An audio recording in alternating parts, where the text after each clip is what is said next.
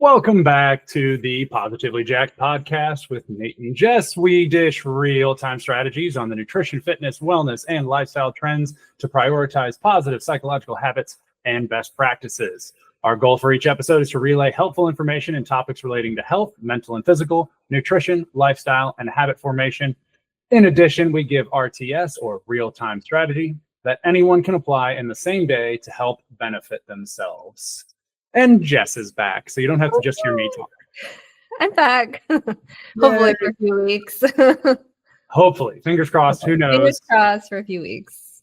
The problem is just too many people need you to help them. That's the problem. Yeah. I think it's also, we just are flying by the seat of our pants at work. So I have a rough idea of my travel schedule, but nothing set in stone. Kind of a weird feeling. Never thought I'd have, but we'll just roll with it. Makes for some creative weeks, and you are just the ultimate pivot master at this point. Like, it's kind of, yeah. I always said I wanted to be one of those people that could do that because that was definitely not a strength for the longest time. Could not adapt, could not pivot, could not thrive in ambiguity. And all I can say is the old adage is true. You just reps on reps of forcing yourself to do that kind of stuff. So, but we also didn't have much of a plan going into today. So you got creative. Well, and I will say that of the things you're not comfortable with and reps are going to help, we're going to be asking a lot of questions today, and we don't know what questions we're going to be asking each other. So this will be a 20 questions episode where Jess and I will go back and forth. It'll be about a 90-second response window with different questions all over fitness, industry, nutrition, philosophy, life stuff, experience stuff. We'll be going back and forth, 10 questions each, and we get one reverse Uno card where we can re-ask that same question back, but we can only do that once. And I'm very excited because I know how much you like penetrating questions. So... Good use of the word penetrating this morning. I feel like it was necessary, but to get this one kind of started, I'm gonna roll a die and see who goes first, so we can just kind of be fair, because we both have this list of questions in front of us, and I think both of us have looked at the list and have we are chomping at the bit for certain questions to be able to be asked and take off the board. So let's be clear. I have only looked at the first question. That is as far as I got. Up and down. Okay. It is a D20 die because I'm a nerd. For those of you who don't know what a D20 die is, go visit your local comic book and gaming store and figure it out. Do you want odd or even?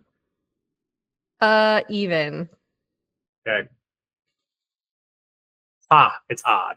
Oh, okay. So I get to ask first. Yeah. All right. One Uno reverse card. So just one question that we can re-ask. Okay. And just because it's the first one that you read, I'm going to ask it to you. So first question for Jess. What's one popular fitness trend you think is secretly terrible? That's really hard because there are so many. Feel free to list them. You got 90 seconds. Oh, God. MAHA. Let's start with Make America Healthy Again. When was that exactly? When would you go back to? And it's a dumb thing anyway. So don't love that at all. Can you elaborate? Can I elaborate? Oh, what? Give me a couple of whys. Performative focus on food dyes. Again, Make America Healthy Again. When was that? Focusing on some micro thing versus the macro big picture of economics, money, food accessibility, things that actually help people. We were just in a really poor area of South Carolina where your grocery store, the closest to you, might be a Dollar General. Why are we focusing on replacing Fruit Loops with organic whatever when some people don't even have fresh fruits and vegetables near them? Yep. So I think another trend I really hate is people who take recipes and put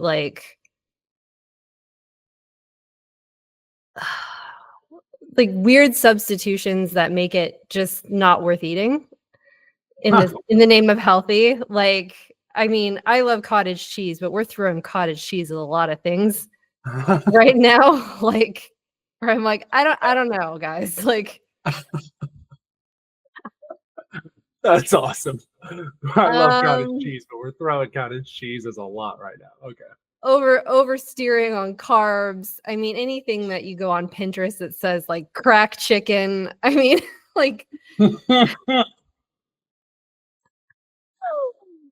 I think, fitness trends about like, I don't know, coming out of the manosphere, this thing on like, you got to be strong to protect your family. You got to lead your family. Like the red pill pipeline that is like a lot of fitness influencers right now. Don't love that either. I don't know. I could keep going all day I probably. feel like the red pill pipeline takes you down like David Goggins route, and we both know how much you love him. I literally saw a video the other day where like some former pro footballer like went and did a workout with David Goggins, and it started with like a 15-mile run, and then they were doing like stair climber, and the guy was literally puking off the side, and David Goggins was telling him he needed to harden the F up. And I was like, yep, still awful. Still awful. I agree, but this isn't my question, so I'm not going to go over anything I think. So That's about 90 seconds of straight hate and annoyance. that was good. That was a little more than 90 seconds, but I totally just let it rot. Let it go. All right. Oh, I get to ask the next one. Jess gets to ask me a question. What's a nutrition myth you wish we could just Thanos snap out of existence? Ooh, nutrition myth that I wish we could snap out of existence. This is tough because I would say the hard part with like nutrition myths is that for a lot of them come from like a study that gave a nugget towards that myth being a thing. Right. And so I don't want to undercut and make people think that I'm totally against it. But I will say this as a blanket statement. I hate any nutritional approach that is 100% blinders focused. I don't like carnivore. I don't like if and here's the things, philosophical, moral reasons for veganism and everything like that. I understand, but you have to understand that like, you know, we know people who eat vegan, but also prioritize getting a complete amino profile. So Right. things like that, where people will take a nugget, like the smallest nugget of truth, and they will extrapolate it into an industry essentially. So like carnivore, keto, all these things that, first of all, villainize 75-80% of food. And then you get this like nose turned up idea that like, well, this is how your body, we're friends with world-renowned anthropologists. If I have another freaking person tell me that this is how your body was designed to eat, I'll just point them in that direction and be like, no, it wasn't. We have thousands, tens of thousands of years of different nutrition places in different parts of the world. It doesn't work that way. And so, yes, if I could snap that out of existence, the attitude with that just stupid tunnel vision around certain things, I would do that. To be clear, I would never punish Libby by sending that kind of anything her way. True. But at But the you same want time, to sometimes. I do sometimes want to weaponize Libby against people.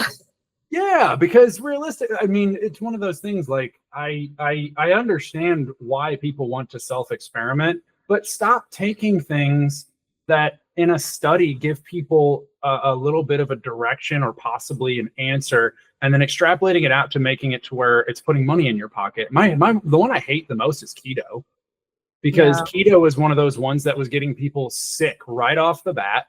At the time that it started to spur, the only studies that were really done with it were, I believe it was a keto diet to help in radiation and cancer treatment, because they were eating higher fats and limited carbs, and people were getting more satiated through a horrible time in their lives. And then you're just like, now I'm keto, and most people don't even understand what it means. They just what it truly takes to manage ketogenesis and like that. Yeah, that is a lifestyle for an active, normal person. If I had $1 for every person that told me they were doing keto, and I asked them if they were measuring ketones, and they looked at me so confused, it's like, oh, so you're not doing keto, you're just trying to eat high fat and no carb and not really measuring a thing. And it's, I'd be rich, but I can't even get you to take a walk, Susan. Why did you think that was going to be sustainable? Right. Why are you buying powdered ketones right now? Like, this makes no sense. Yeah. So yeah, that's mine. Don't bed down on these ridiculously narrow scopes because a study said one thing that you misunderstood and decided to run with it because it sounded cool and different and unique. Most nutritional approaches have very similar things in line.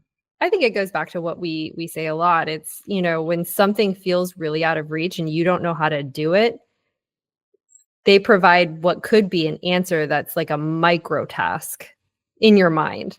Like, oh, of course it's going to be something so remote I never would have thought of, instead of get enough sleep, get enough protein, work on stress management.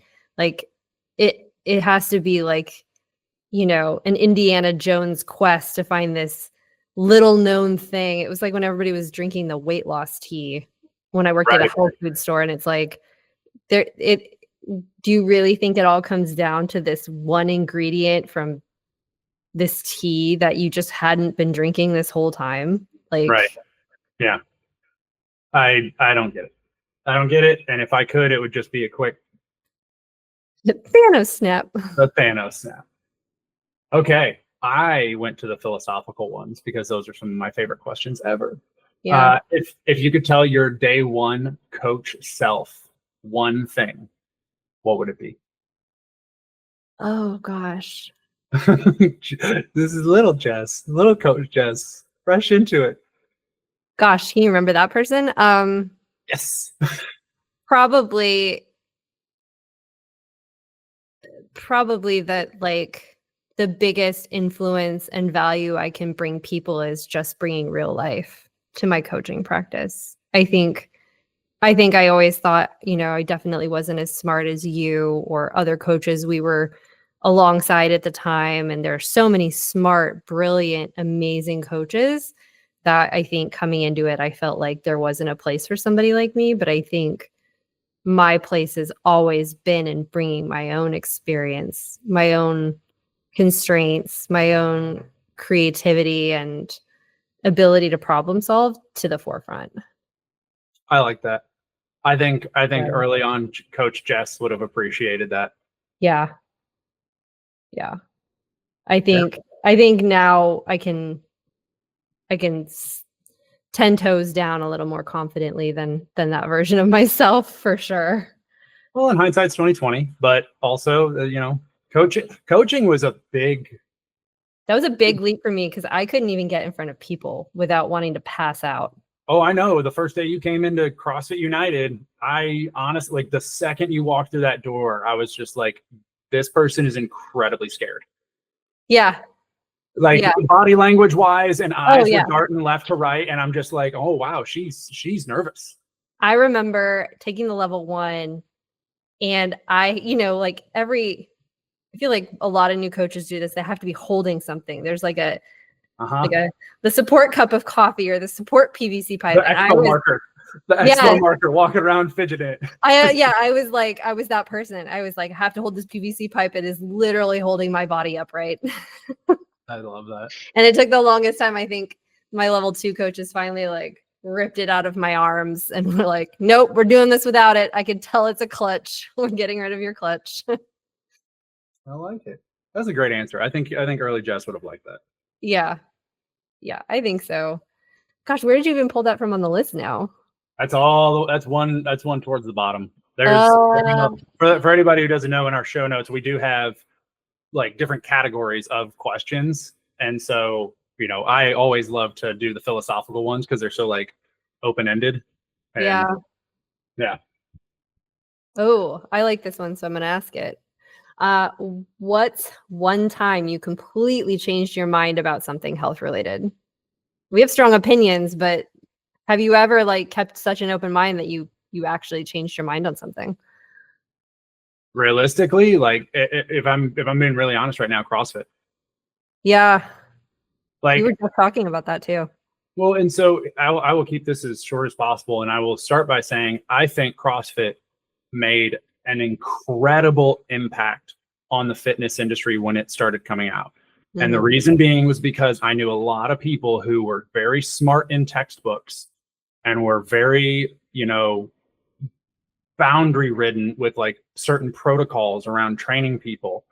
But these were the same people who I would see put, a 65-year-old on a leg curl machine or, in a seated position, moving a guided weight. And I hated that because there was nothing that taught them differently. Like this is an older person. They're not going to be sitting down to flex their quads. They need to learn to not fall. They need to learn to squat their own body. They need to be able to learn to hold themselves up. And CrossFit came out with flipping it to where it's like, look, we all know fitness is a good thing. We all know nutrition is a good thing, but like it needs to be broad range. It needs to be functional. Like the squat pattern can be found in nature.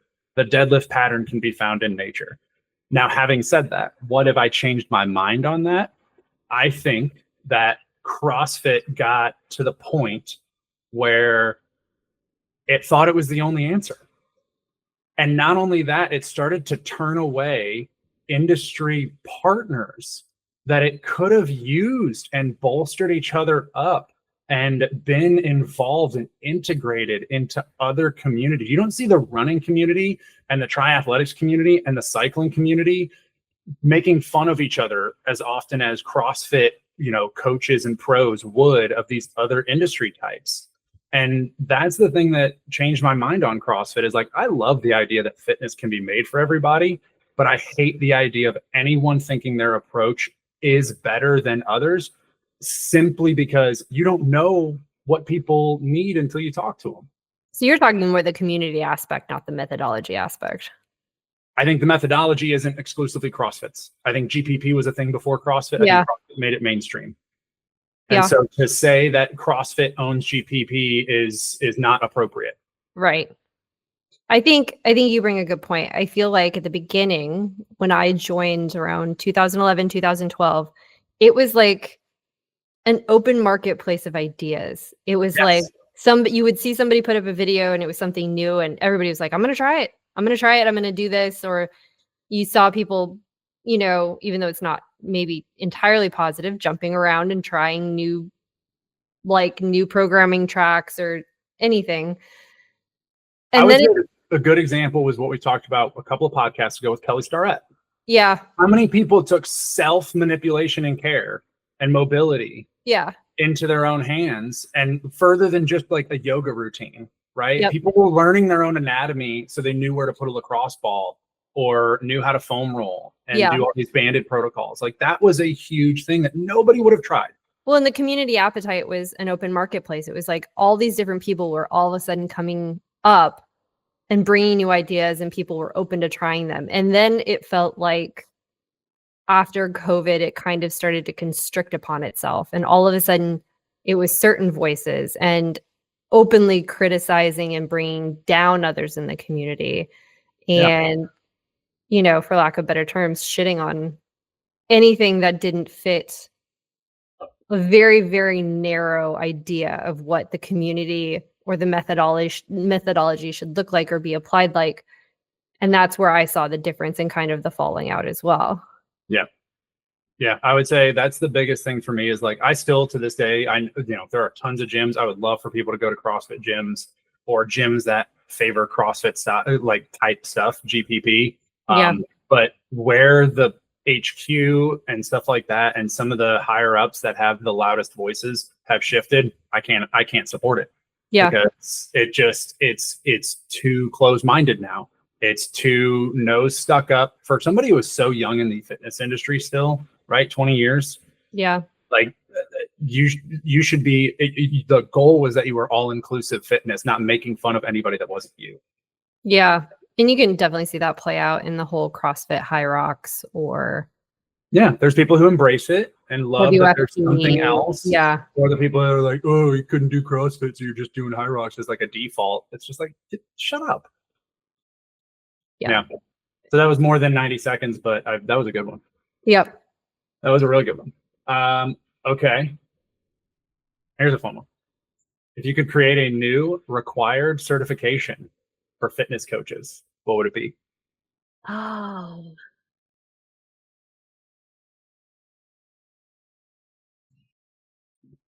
nutrition. Wait, any certification? Is that what If you you said? could create a new required certification for fitness coaches, what would it be about? Probably something in the realm of what you and I always are talking about, which is looking at the holistic picture and like more of the diagnostic holistic picture. I think Kels shared that great podcast, and we can put it in the show notes, from Ologies about like social prescription Hmm. as being part of health. I think that kind of dialogue process system would be highly beneficial and would complement a lot of what's already out there without being redundant. Yeah. Yeah. I like that. I like that. So Yeah. going back to like base principles type thing and Yep. understanding how it applies. Yeah. I feel like that is a gap for a lot of coaches where there is so much subject matter expertise, but not meeting it at the person in an experience that is customer client centric the way it needs to be. Okay. Yeah. So they go straight for where their subject matter expertise feels is best practice, as Yep. opposed to the journey that would get them to a best practice. Right. And I think the example from Ologies was really good. It was like, somebody coming with a lot of depression and a lot of anxiety to the doctor because that was their first instinct. And one of the outputs of that conversation was an art class or a swimming class, something not in the realm of the expertise Mm-hmm. that the coach may have. It may not be their specialty, but it's part of the holistic prescription of care and coaching. Yeah. Like, I think after listening to that episode and knowing that that's so much of how we work, Yep. that it should be written down. It should be taught. That's a good answer. That's Yeah, really good. thank you. I like that. Not bad for seeing that question for the first time. I love it. Let's see. I love this one. How has coaching others shaped how you coach yourself?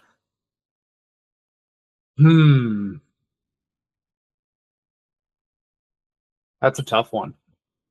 That's a really tough one. I feel like that's a really tough one for a lot of coaches. It's hard to coach others the way you would coach yourself. I would say that I guess that's part of it, is that I don't necessarily coach myself. But when I do, I think how I coach others when it comes to like balancing stuff out has affected me quite a bit more, giving myself a little bit more grace on being able to get training in, understanding that getting an intent-filled 30-minute training session, as opposed to trying to block out an hour for whatever I might fill in, stuff like that. It's getting something done as opposed to getting the perfect thing done. Yeah. Oh, I would say that's a huge shift for you, considering the basis of our relationship was you throwing a chair and me running away because you were training. I kicked it. But yes, that is true.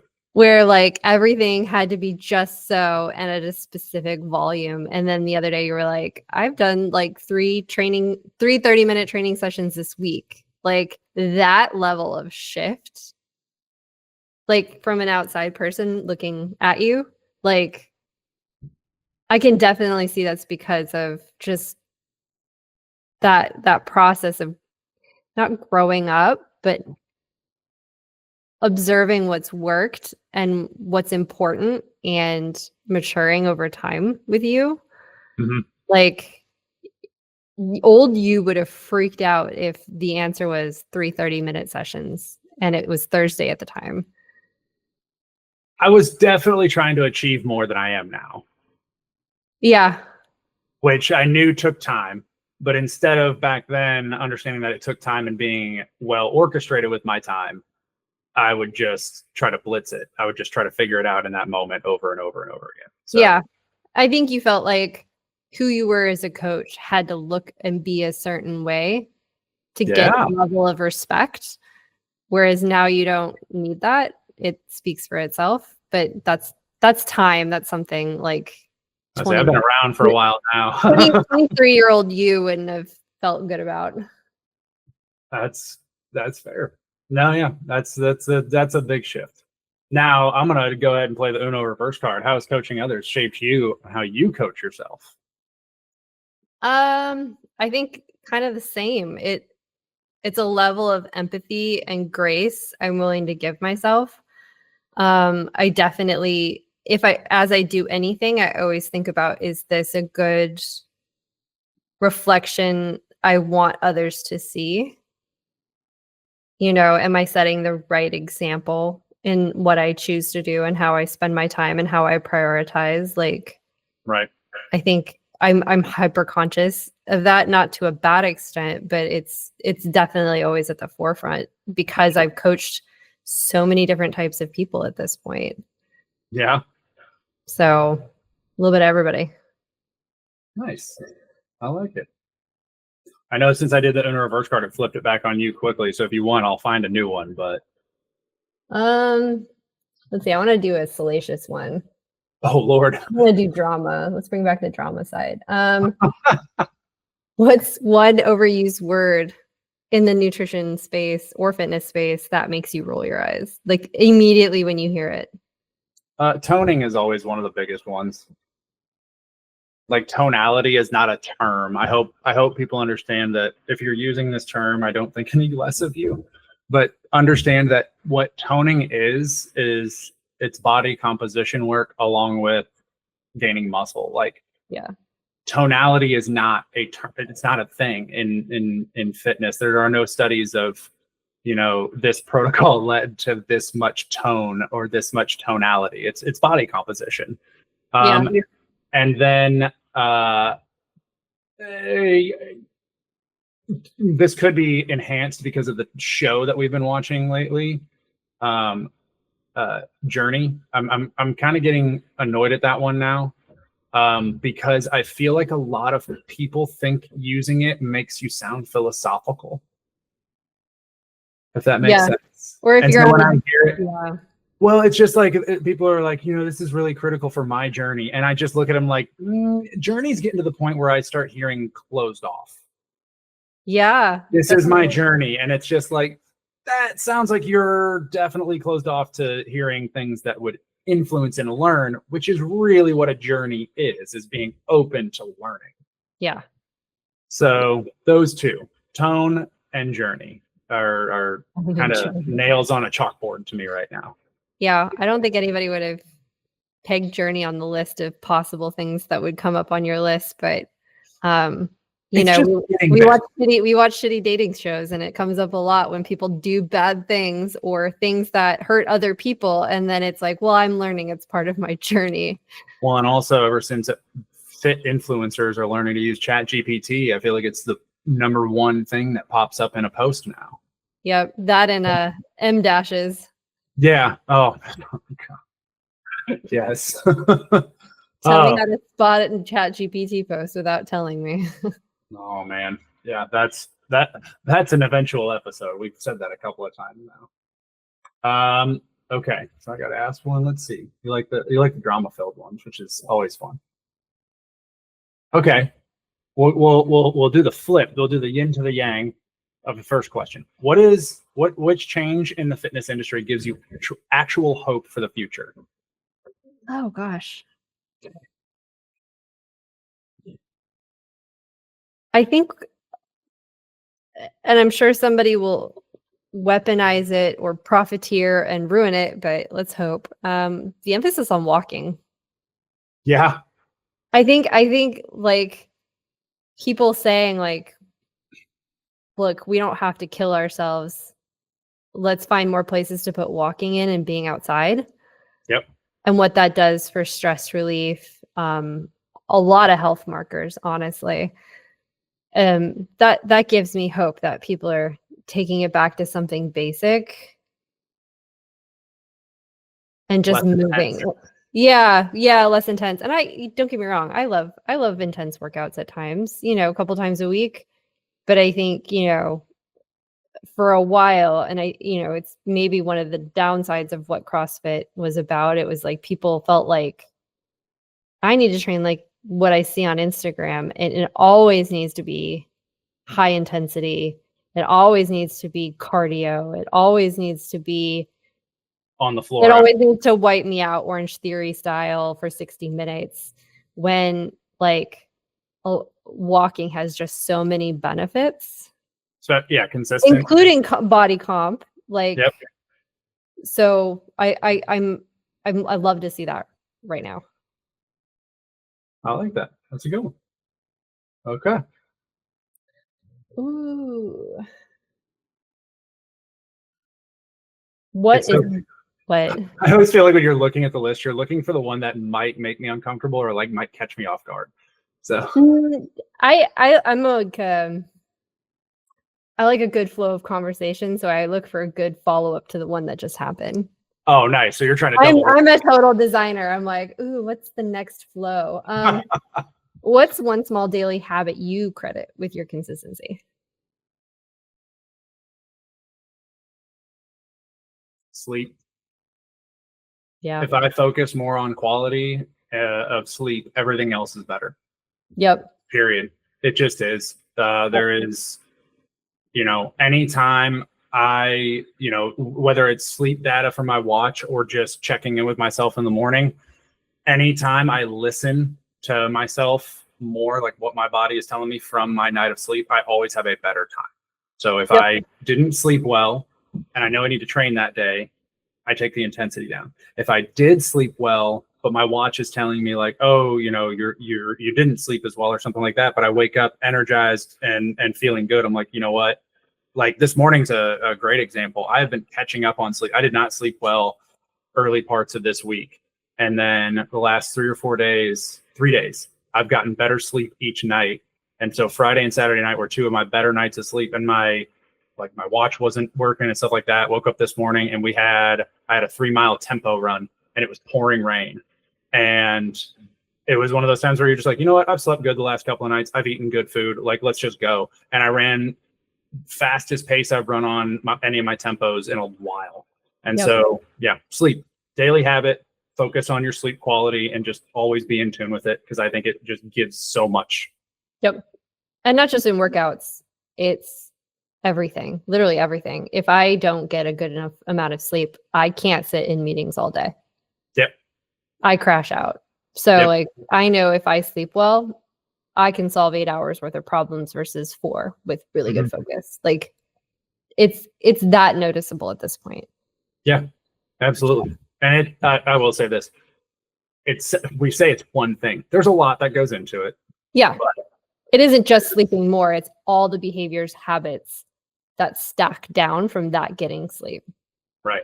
So if I were supposed to say one habit that benefits that, one very tiny thing is my sleep routine going to bed. My 30 minutes leading up to bed are almost exactly the same. Water, ZMA, brush teeth, read for at least 15 minutes, sleep mask, earplugs, sleep. I'm in a cave. And it's literally everything that trickles down. So really like the habit is the 30 minutes of intentionality. Yeah. All right. I'm going to go some fun, lighthearted one. Yeah. And I don't know if you would actually know this or not. We'll see. If you had to assign a D&D character class to your coaching style, what would it be? Oh gosh. Whatever a healer is, probably. I'm just going to go. No. Okay. Like a cleric. Yeah. I don't know D&D terms as much, so I'll just pull from World of Warcraft, but. Yeah, no. So clerics are like the ultimate healers in D&D. I feel like that's pretty much my character for anything is the healer. The healer, the Michael Clayton. The one who hangs off to the side and is just like, oh, they're down. Not anymore. Yep. Pick you right back up. I'm watching everybody, everything all the time. Yep. That's my character. That's funny because in my current D&D campaign that I'm playing, I am a cleric, but I'm a grave cleric. And one of the weird things, instead of healing people, it's actually more advantageous for me to let them die and then heal them because I can heal them with much more hit points in the game. And so a lot of people are like, I have 1 hit point. I'm like, you can go down and I'll heal them. There's something really funny about that for some reason. Oh, it's so funny. Like members in the party are just like, why aren't you healing me? I'm like, because I can do more if you just die for a second. So that's a good one. Yep, I'm forever a healer. And if I'm not a healer, like I'm damaged. I'm not like All I'm not DPS. I'm never the tank. Other people might call me the tank. What if was they the were name looking- of your barbarian when we played Diablo 4? I don't even remember. It was like Hilda or something. Oh, You were Hilda or this something. giant hammer wielding barbarian. You just Yeah. looked as broad as you were tall. Like I you am just this piece of muscle running. I feel like anytime I play games, I'm either a healer or hit points. I'm damaged. Like I will never tank. I will never lead with the most hit points, but I will just be there and I will never die. Nice. I like that. That's a good one. That was a good question. You have to invent a new gym machine. What ridiculous thing would it do? A new gym machine. Ooh. That's a tough one. There's some good ones out there. I think. Ooh. That's tough. That's really, really tough. There's so many good pieces of equipment out there, and there's so many weird, creative ones. The new concept 2 strength thing. I can't even. No, I no. Honestly, I would love if I do love the idea of like some of these. Like I'd love like if I could find a new creative way to create another Jacob's ladder. Oh yeah. Like I think the Jacob's ladder is such a brilliant piece of equipment because it's just an incline bear crawl. And I would love if I could create almost like a human, like a sphere treadmill that you would have to figure out different ways to move your body as the belt is moving. And so the belt could slowly turn at like an angle and go to an incline, and you'd have to start doing like a lateral shuffle up it or something like that. I think that would be really cool. We do. Yeah. Lifetime has 2 Jacob ladders. They're always in the back. Now I kind of want to. I've never actually gone over there. I think it's one of those pieces of equipment that people forgot about. But when you think about like a giant thing that's in the corner. Yeah. Yeah. And realistically, it's crawling. But like every time I put bear crawls in like a CrossFitter's workout, they're like, why the hell am I doing bear crawls? Like, you'll see. And then after the workout, they're like, that was the hardest part of the workout. Like honestly, just crawling on my hands and feet. Was it you or somebody always made like bear crawl squats part of a warm up? I did like bear crawl squats. I also like bear crawl sandbag drags. Like bear crawl squats are surprisingly hard. If you've never just like dropped and done like 10 to 15, like go ahead and do that. Cause like I hope everybody it's sneaky how fast like the quads start to hurt with those. Yep. I love it. It's a great movement. Yeah. I'm gonna keep it the fun ones. What would your superhero name be if it was based on your coaching style? Oh my gosh. That's a difficult one. I don't know. I don't know. That's a fun one. I don't.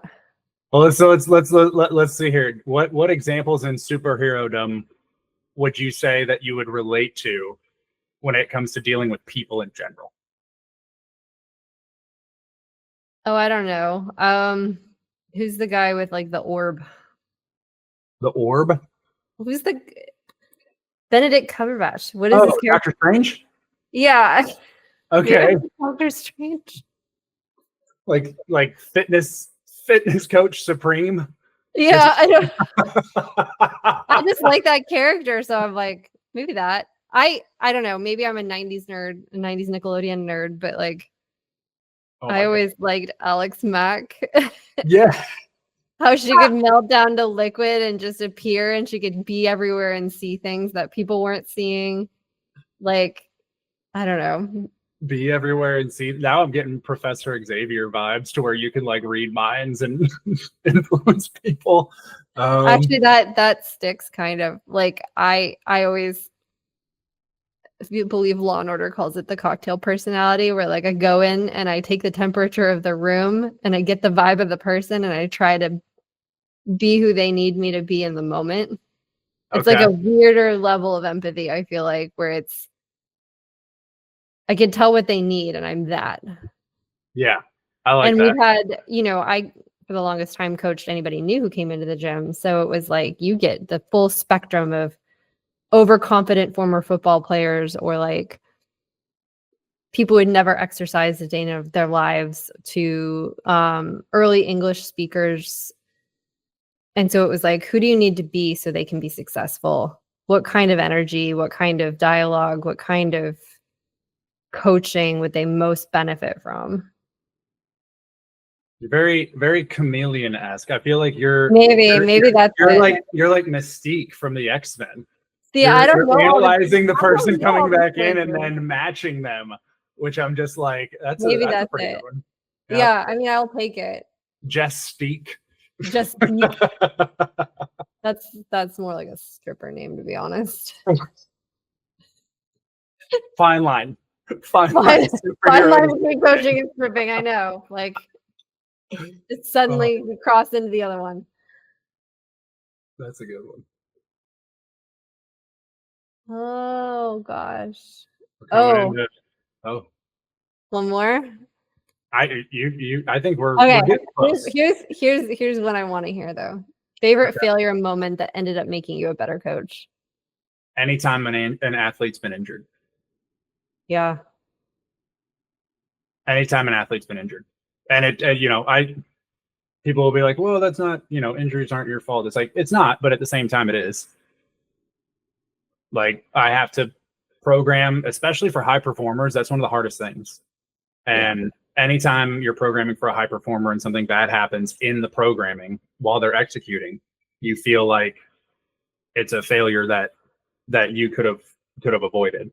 Yeah. So I will say, yeah, every time an athlete has an injury under my care, I think it makes me a better coach and makes me like really mindful of preventing injury. Yeah. Because injury to me is one of the closest things to like a death sentence for an athlete, because depending on the injury, you could have just taken away the exact plane of movement, the exact, thing that was already in Achilles' heel, and they can't do their sport anymore.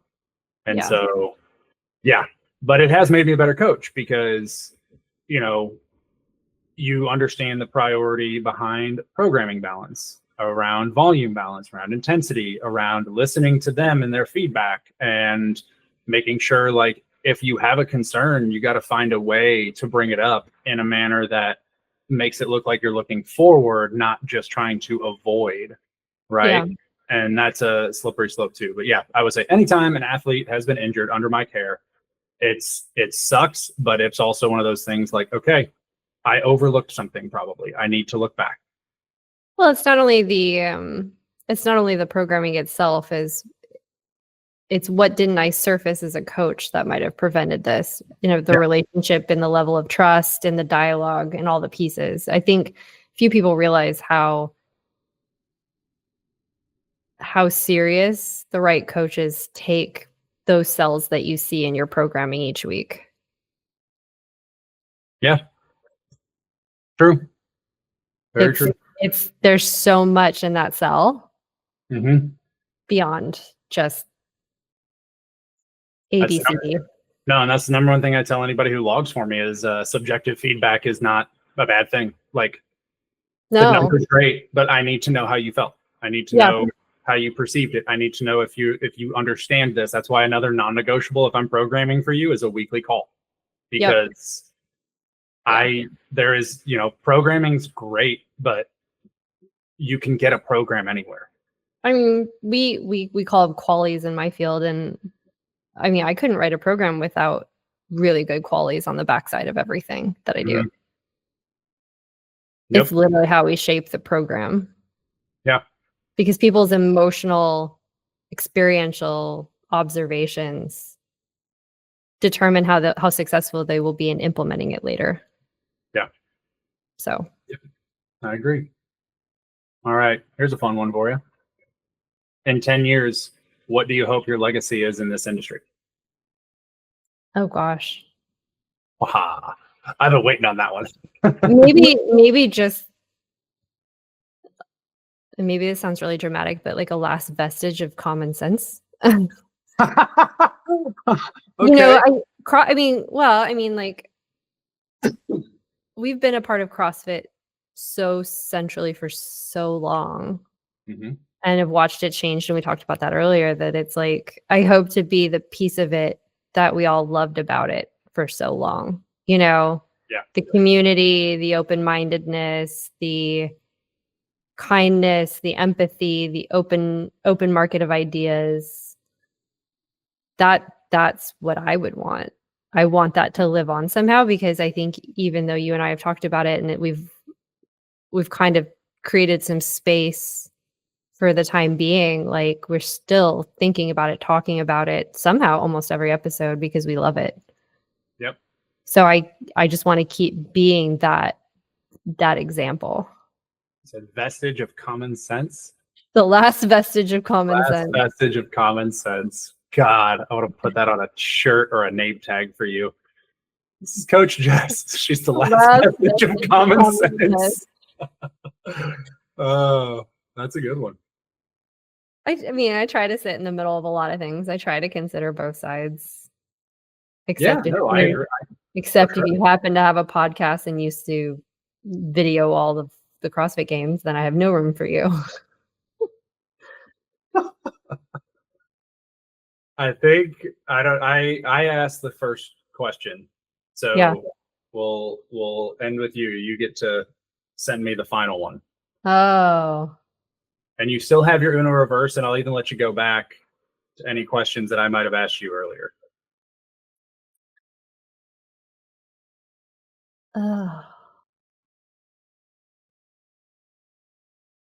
Oh, well, we didn't ask this. Perfect training day. What does it look like? For myself? Yeah.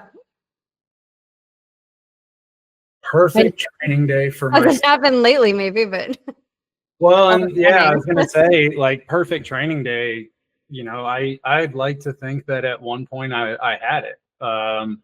But I think for me, I love training in the middle of the day. I love between like noon and 3. And so honestly, for me, it's a good night's sleep, wake up, you know, do my morning routine, journal, stretch, get food, read, or honestly have just some interaction work with people, because that's what I love to do in the mornings. Kind of gets me going. And then hitting a, like, I would love, like, back when I was doing programming that was in and around like weightlifting and CrossFit. Like right when we went to regionals, I was still strong. I was still very capable with all the barbell stuff, but I could also run. I could also keep up on metcons. But like doing a training style like that, you get in at noon, you do a nice fluid hot start, you know, a 10-minute AMRAP at like 75%, get mobility going, hit some really good power or strength work. Once you finish, kind of recarb up, get ready for some form of like a long EMOM. Like I used to love those like 30, 36-minute EMOMs, 6 stations. You know, those were a blast. And then you get done with training, you go for a walk with your shake and your Sour Patch Kids, cool down, go mobilize for half an hour, home, contrast shower, food, comfy clothes, and that's it. I think I just described my Saturdays with Ian when we lived in Colorado together. That's what I think I just described. It's funny. Caitlin's like going to her school camp here in a week or so. And Neil's like, well, what do you want to do while she's gone? And I literally described that. I was like, well, I want to go to the gym at a weird time in the evening. And I want to do the full 90-minute EMOM bodybuilding. And I want to spend 20 full minutes in the sauna. And I want to like, so I basically just described that as well. It was like, and he's like, so are we going to do anything besides go to the gym at weird times while she's gone? Because that's literally what I was like. I want to do that every day. I like that. Long 90 minutes, because it never happens. That's like the pure luxury. Right. Take your time. Take your time. Not only building up from piece to piece, but also getting your mind right from piece to piece. Sometimes you get it. You're just like, dude, I was not mentally prepared for this. No. So yeah. All right. One suggestion to end it was called Meme It. Yeah. And we have to describe each other's coaching vibe using only a meme as a reference point. Oh my gosh. This is an interesting one. I'm not too great with memes either. I'm not either. So, and describing your coaching style with a meme, like, oh, this is a tough one. I'm just going through as many memes in my head right now as I can. Actually, you know what? No, I actually, whatever the one is of the two frame one of the chick who's looking confused, and then it's just like, okay, like it's that understanding in the moment where like I feel like you are like when you look at somebody's movement patterns, you'll look at them and just like, okay, and like kind of confused, and then once the cue hits you as you're gonna do it, you're just like, oh, okay, I know what I'm gonna say. It's those two. It's that one of kind of confused and concerned, and then, oh, okay, I know what I'm gonna do with this. There you go. That's yep. Gosh. I feel like you are the balance of some twinkly bear hug meme, where like you go look for hug meme and it shows like this creepy sparkly picture from MySpace days of like a teddy bear, like I want to hug. I feel like you're half that and you're half my favorite meme of Willem Dafoe in the backseat of the car where it zooms in really fast and he's like, oh, the creepy Willem Dafoe. Where like you can't tell if he's freaking out or he's just excited. I feel like it's the balance of like the Lisa Frank 2003 bear meme and like or GIF and then the Willem Dafoe. I will say I love the Willem Dafoe. The hug one, my favorite meme to send people is Baymax from Big Hero 6 saying that like it is one of my favorite ones. Treatments include like soft love and care. Everything will be okay. They're there. Yep, that's literally the one you send me when I'm like spiraling every time. I think. Yep, connection from loved ones. Just is spiraling. She needs it again. Oh man, that was good. I like 20 questions. I like the rapid fire. Those are some good questions. Yeah, those are really good. You act like I did that. You did that. Literally before we got it on the call. It's a team effort. I get better at things because of you. Yeah. But it was cool. I learned a few things, which is tough to do considering how long we've known each other. Yeah. And who knows, maybe we'll bring back another one and maybe pool some people's questions from outside of us. Yeah. I feel like we still need to have some friends on at some point because that would that would be a fun one to do with friends.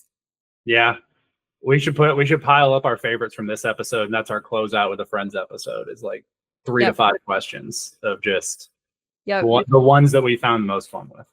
But very curious if everybody's listening to this point, what might have surprised today, learning about me and Jess. We've covered a lot of topics since we started this second season of podcasts, and so it's very, very rare that we turn introspective and try to just focus that between us, because we feel like there's a lot of information that we can share our perspectives on, but maybe not just stuff about us. So yeah, I think we came away with just like the drama questions or the drama. I'm a little bit of a crab when it comes to people online. I mean, it's hard not to be. There's a lot of material nowadays to be angry about. Yep. But I will say, if anybody who's listening, please like, follow, subscribe to us on all these different channels. We love doing this. It's just a blast for us. And if you liked this particular episode and you want to comment some questions on anything we share about it with for another episode, questions for us to ask each other or ask other people, please do. But I think that wraps it up for us on this lovely Sunday. Stay positively jacked.